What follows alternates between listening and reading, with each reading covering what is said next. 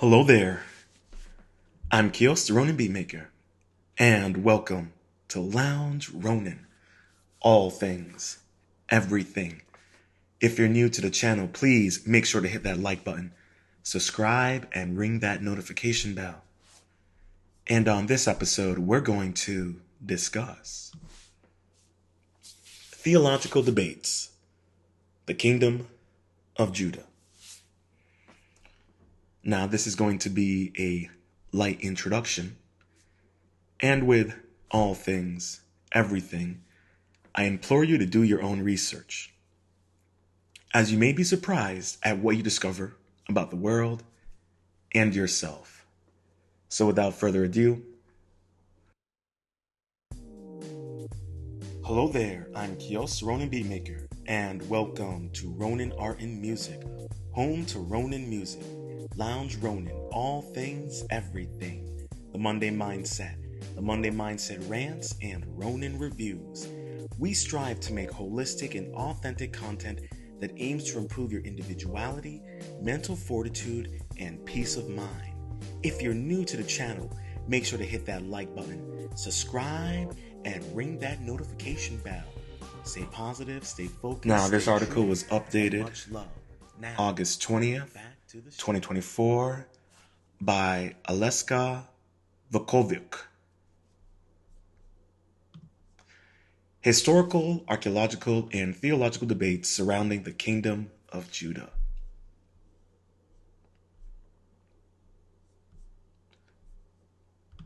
The kingdom of Judah, an ancient state established in the southern Levant during the Iron Age, has long been a focal point of historians, archaeologists, and theologists alike.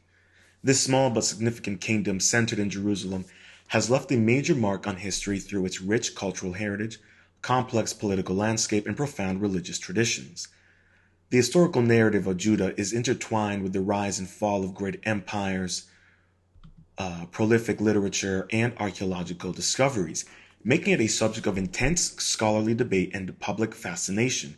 Even to this day, scholars still aim to unravel the controversies surrounding the kingdom of Judah by examining its historical context, archaeological findings, and theological implications, all of which will help them gain a deeper understanding of the complexities and the significance of this ancient kingdom. The kingdom of Judah at the crossroads of great empires. The kingdom of Judah emerged around the 10th century BC, following the division of the united monarchy of Israel and Judah after the reign of Solomon. The biblical narrative, particularly in the books of Kings and Chronicles, provides a detailed, albeit sometimes conflicting account of Judah's kings, their great deeds, and the kingdom's interactions with neighboring states. The historical reliability of these texts has been a point of contention among scholars and historians. While some argue for literal interpretation, others view these accounts as theological constructs aimed at conveying a moral and religious lesson.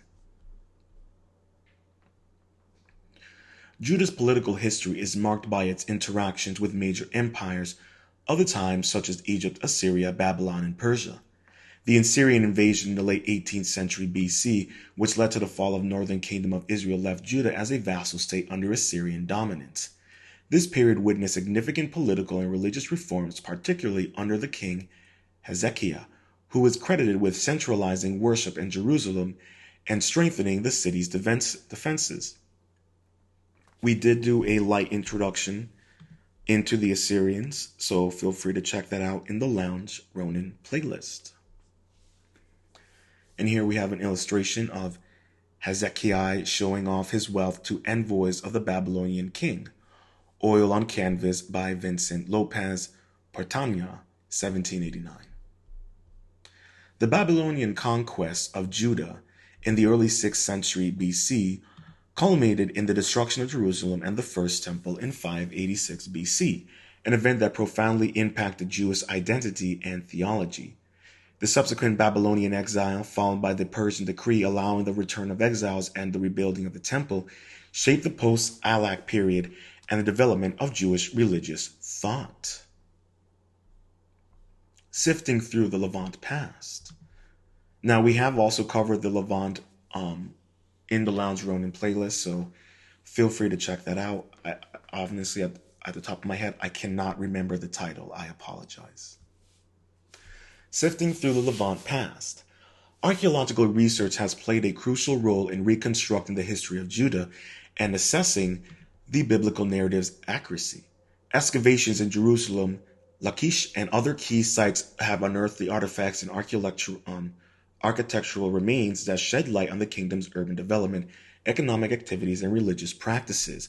One of the most significant archaeological finds related to Judah is the Siloam inscriptions discovered in the city of David. This inscription, dated to the reign of Hezekiah, describes the construction of a tunnel to secure Jerusalem's water supply during the Assyrian siege. Corroborating the biblical account of Hezekiah's preparations, similarly, the discovery of the Lachish reliefs in the Assyrian capital of Nineveh provides visual evidence of the Assyrian campaign against Judah and the siege of Lachish, one of its foremost fortified cities. And here we have the copy of Siloam inscription placed in the Hezekiah's tunnel.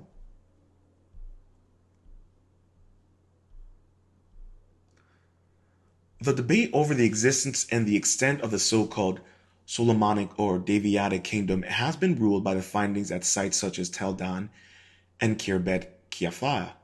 The Tel Dan stele, an Aramaic inscription dating to the 19th century BC, mentions the house of David, suggesting that the Davidic dynasty was recognized by neighboring states. However, the lack of extensive architectural remains from the period in Jerusalem has led some scholars to question the biblical depiction of a great and powerful united monarchy.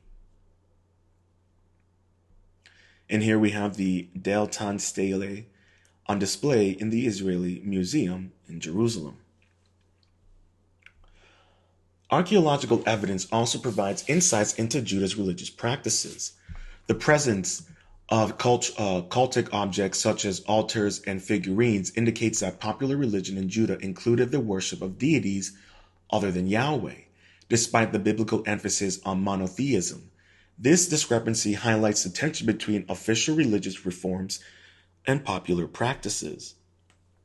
Another significant archaeological site, Lachish, offers a wealth of information about the kingdom of Judah. As the second most important city in the Judah after Jerusalem, Lachish was a major administrative center and a key defensive stronghold. The city's destruction layer, attributed to the Assyrian invasion under Sennacherib in 701 BC, provides a valuable insight into the military strategies and catastrophic impact of the invasion on Judah. The Lachish letters, a series of ostraka found at the site, offer a glimpse into the communications and administrative practices in the kingdom during this turbulent period. Finding the truth in the Bible. The discovery of the seal impressions or bullae on various Judean sites also sheds light on the administrative and bureaucratic systems of the kingdom. These bullae, often bearing the names of officials and their titles, reveal the existence of a well-organized government structure. Notable examples include the seals of officials mentioned in the Bible, such as Jeremiah, son of Shaphan, and Azariah, son of Hilkiah, providing a tangible connection between archaeological record and the biblical text. Theological debates surrounding the kingdom of Judah primarily revolve around the interpretation of biblical texts and their historical context. The prophet literature, including the books of Isaiah, Jeremiah, and Ezekiel, offers profound insights into the theological concerns of the time, such as the convenient relationship between God and Israel, the reasons for the divine judgment, and the hope for restoration. On the central theological controversies and the Deuteronomistic history's portrayal of Judah's kings, according to the perspective, the fate of the kingdom was directly linked to the fidelity of its rulers of the covenant of Yahweh. Kings who adhered to religious forms such as Hezekiah and Joshua are depicted favorably, while those who tolerated idolatry are criticized. This theological framework has led some scholars to argue that the biblical authors shaped the historical narrative to severe religious and ideological purposes. Well, propaganda in religion is nothing new. I've been listening to the lectures of a professor. His channel is Lady Babylon 666. And when you listen to his lectures of the ancient Greeks' interpretation of the Bible, things start getting really, really kinky and weird, and not in a good way, like unethical, like the idea that Christ may have been actually a pirate and a trafficker and a drug user. But I'm not going to get into that. I'm still learning, but from what I, my recommendation before I say anything else is go check out his channel, go check out his information, and you make up your own mind. Like I always say, do your own research. But as you know, I'm open to various interpretations of information out there. And like I've said before, there is a lot of propaganda that we are being disseminated even within our religious text. So you have to really do diligence in who is providing you the information. It's just something to keep in mind in your own studies. But let's continue. The demise of a mighty realm. The fall of Jerusalem and the Babylonian exile are pivotal events in Judah's history, with significant theological implications. The destruction of the temple and the exile challenged the traditional notions of divine protection and the inviolability of Jerusalem. Prophets like Jeremiah interpreted these events as consequences of Judah's conventional failures, while Ezekiel offered a various future restoration and a new covenant. These theological reflections had a lasting impact on Jewish thought and identity, influencing later religious developments including Second Temple Judaism and earlier Christianity. Here we have an illustration of the flight of the prisoners. The post-exilic period saw the emergence of new theological ideas and practices. The rebuilding of the temple under Persian patronage and the reforms attributed to Ezra and Nehemiah emphasized the importance of the Torah and communal purity. Theological debates during this period addressed issues such as intermarriage, Sabbath observance, and the definition of Jewish identity in a diverse and changing world. Another theological debate pertains to the role of prophecy and interpretation of prophet messages. The prophets of Judah, particularly Isaiah, Jeremiah, and Ezekiel, provided not only contemporary commentary on the political and social issues of their time, but also articulated articulated visions of hope and restoration. These prophetic messages have been subject to various interpretations, ranging from literal fulfillment in historical events to symbolic or astrological readings. The enduring impact of these prophecies on Jewish and Christian astrology underscores its significance in theological discourse. And I would say that is continuing on today, especially with what we're dealing with currently in the Middle East. Things to keep in mind. What is more, the theological concept of the Davidic covenant has been subject of extensive debate. The promise of eternal dynasty of David and his descendants, as articulated in texts such as 2 Samuel 7, has been interpreted in various ways throughout history. For some, it represents a Messianic expansion culminating in the figure of Jesus in Christian theology. For others, it signifies the enduring hope for restored monarchy in post-exilic Judah and beyond. This conventional promise has shaped religious and political aspirations of Jewish communities throughout the centuries. And I would also say Jewish political policy and aspirations in the world. I'm not going to get too deep in the weeds on that, but it's just something to keep in mind for anybody out there in the world. We live in a time where, even in America, they like to say the separation of church and state, but ask the evangelicals that question. The same could be said about the Zionists. I mean, the same could be said about, hardline Islamic communities and religious and political leaders. Same with hardline Hinduist believers, Christian believers. I mean, it's just all the same. So this idea that state and religion is separated is a fallacy. Some would argue that state and religion should be one. I guess the question would be is how do you navigate that world, and what type of religion would you connect with your type of political world? Those are things to ask into your mind, because clearly there ain't going to be no religion if you live in a communistic or socialist world. So something to reflect on in your own studies and conversations with the world. Or please share me your thoughts down in the comment section. I got to start saying that more. Let's continue. The debate about Judah. The socio-political structures of the kingdom of Judah also warrant detailed examination.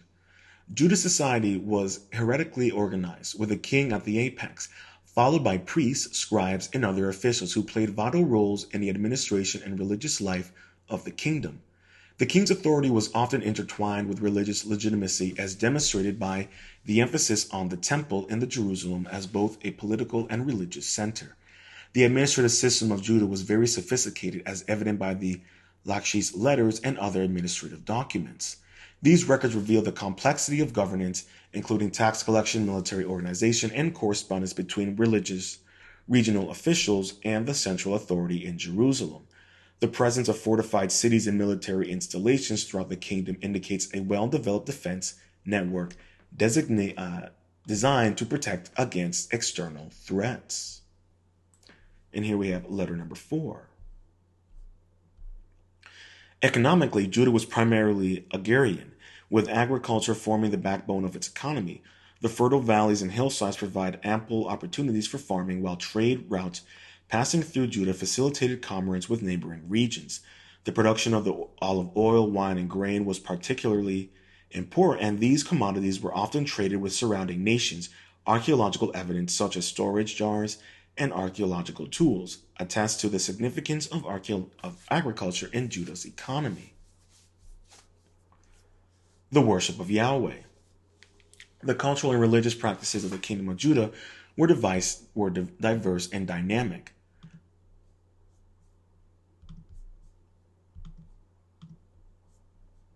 While the official religion centered on the worship of Yahweh in Jerusalem temple, archaeological evidence suggests that popular religious practices include the worship of other deities, such as Adhara and Baal.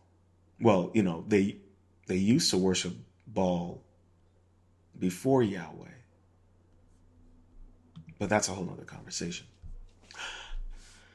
The syncretism is evident in the discovery of figurines and altars in various sites, indicating a household and local worship practices often diverged from the official monotheistic stance promoted by religious reforms. Religious reforms, particularly those implemented by the Hezekiah and Josiah, sought to centralize worship in Jerusalem and eliminate idolatry.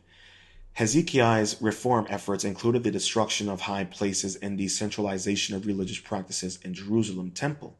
As described in the biblical account, Josiah's reforms influenced the discovery of the Book of the Law, often identified with Deuteronomy, intensifies these efforts, leading to a significant religious transformation in Judah. Festivals and rituals played a central role in the religious life of Judah. The major festivals such as Passover, Sukkot, and Shavuot were occasions for communal worship and celebration, reinforcing social and religious cohesion. The biblical texts provide detailed description of these festivals, highlighting their significance in the religious calendar. Archaeological evidence such as altars and cultic installations further illustrate the importance of religious observance in Judah's society. A critical page in history. The kingdom of Judah, with its rich historical and archaeological and theological dimensions, remains a subject of enduring fascination and scholarly inquiry. The controversies surrounding its history and its significance reflect the complex interplay between historical events and religious beliefs and cultural identity. By examining the historical context and archaeological evidence and theological debates, we gain a more nuanced understanding of Judah's legacy and its impact on subsequent religious traditions. The ongoing exploration of Judah's past challenges us to reconsider our assumptions about ancient history and the ways in which historical narratives are constructed and interpreted. As new discoveries continue to emerge, they will undoubtedly contribute to the evolving discourse on the kingdom of Judah, enriching our knowledge and appreciation of this ancient civilization. Today, historians endeavor to unravel some of the key controversies and highlight the multifaceted nature of Judah's historical and religious heritage, reminding us of the enduring relevance of this ancient kingdom in the study of history and theology. Now, let's continue and let's look at the archaeological discoveries regarding the kingdom of Judah.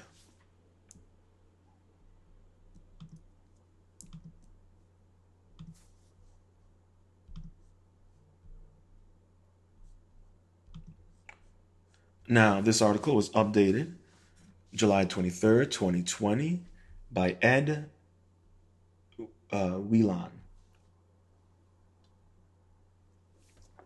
Center of Ancient Kingdom of Judah, found in Jerusalem. In Jerusalem, archaeologists have made an important discovery that is providing new insights into biblical kingdom of Judah. They have found what they believe is an administrative center. Hundreds of seals have been unearthed and some have pagan figurines, and this seems to confirm the biblical narrative of the kingdom of Judah.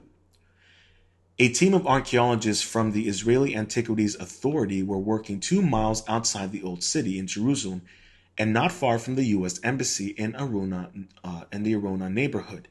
Here they found some Iron Age remains that were exceptional in terms of both its size and architectural style. Nuri Sapai, co-leader of the dig, told the Times of Israel, "This is a period known as the First Temple." I-21 News reports that it was once compound was the encircled by concentric walls. New Kingdom of Judah evidence, seal stamped by jar handles.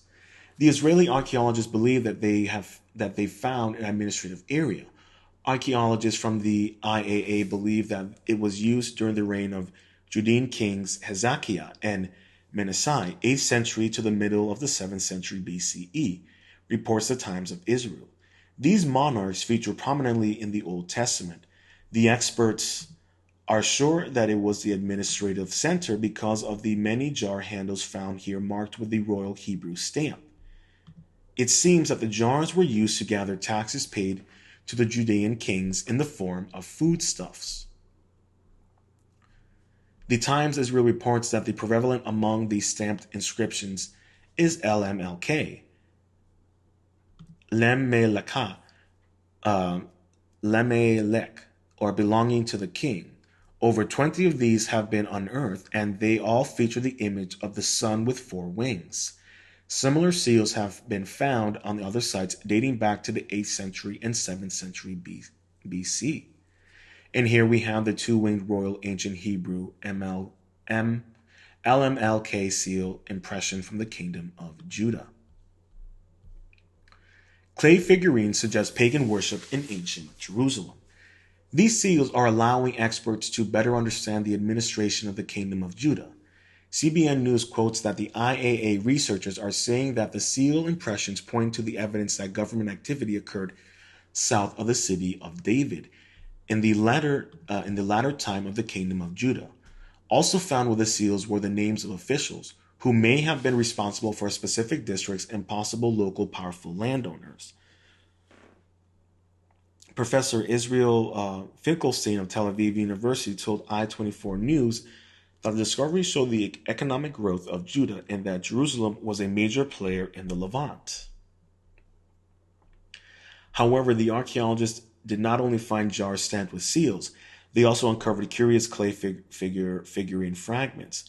The co-leaders of the team told Israel Times that some of the figurines are designed in the form of women, horse riders, or as animals. These figurines are usually interpreted as objects used in pagan worship and idolatry. This is not surprising as pagan practices were still popular in the Kingdom of Judah according to the Old Testament. Moreover, it is known that some Judean kings tolerated paganism, much to the anger of many Hebrews. Well, yeah. And here we have an illustration, clay figurines of women and animals found at Arnona, Jerusalem excavation site. New Israeli site dated to the siege of Jerusalem's period. The New Israeli site has been dated to the turbulent period in the history of the Judah when King Hezekiah had to defend Jerusalem against the Assyrians. However, while successfully defending the kingdom of Judah, Hezekiah became a vassal of the Assyrian in the process. The wealth of seals found at the site indicate that taxation continued during this period of war and instability. CBN News reports that the researchers as stating that the quote, excavation revealed that the site continued to be active after the Assyrian conquest, end quote. In 586 BC, the Babylonians besieged Jerusalem and conquered it. Much of the population was taken into captivity. It seemed that the administrative center was abandoned, but it appears that it was used once again by Jews returning from Babylon in 538 BC. They were allowed to return to their homeland after the Persian king Xerxes defeated the Babylonians. It appeared that the Jews administrated the local area while remaining part of the Assyrian Achaemenid. This means that the jar handles with seals were used by Jews when they were vassals of both the Persian and Assyrians. Ancient Jerusalem discovery includes mysterious stone mound. Mysterious stone mound. Well, now you have my attention.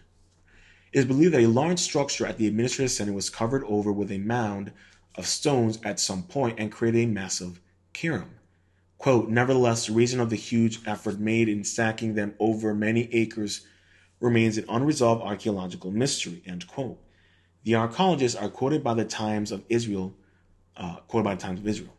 Work is expected to continue on the site, and this may help to solve the mystery as to why the building was covered over with stones and make new discoveries about the kingdom of Judah. And there you have it. A light introduction into the theological debates, the kingdom of Judah. Now, I suspect personally that this mound, it may be a pyramid.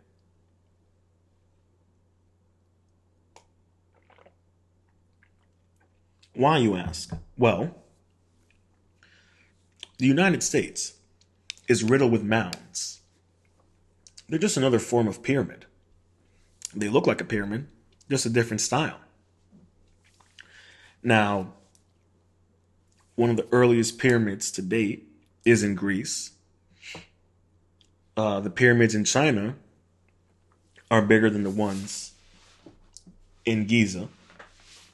There's also the pyramid in Bosnia, which has the same mathematical structure as the pyramid in Giza. Granam Penang, the pyramid in, I think that's in Indonesia. I made a mistake and said Malaysia, but it's in Indonesia. That pyramid may actually be the oldest because it was created pre the last Diluvian Ice Age. So I'm just saying, it might be a mound, it might be a pyramid. Maybe they buried it because of who it was the previous occupiers of the land. I don't know. Just a wild little Ronin speculation. But I think, when it comes to these conversations, especially with what's going on now, many people are looking back to the religious texts and the secret mystery schools to gain some insight into what is going to come and how things are going to shape, especially when it comes to the Middle East. So I implore everyone out there, be open-minded, do not become domesticated by a belief system that goes against your morals and ethics. Just be open-minded, especially when it comes to your religious studies and and what have you, and occult studies. But I hope you enjoyed this episode of Lounge Ronin. All things, everything, If you're new to the channel, please make sure to hit that like button, subscribe, and ring that notification bell. And until next time, stay positive, stay focused, stay true, and much love. Hello there, I'm Ronin Beatmaker, and welcome to Ronin Art and Music, home to Ronin music, Lounge Ronin, all things, everything, the Monday Mindset, Rants, and Ronin Reviews. We strive to make holistic and authentic content that aims to improve your individuality, mental fortitude, and peace of mind.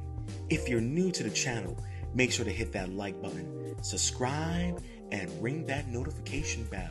Stay positive, stay focused, stay true, and much love. Now, back to the show.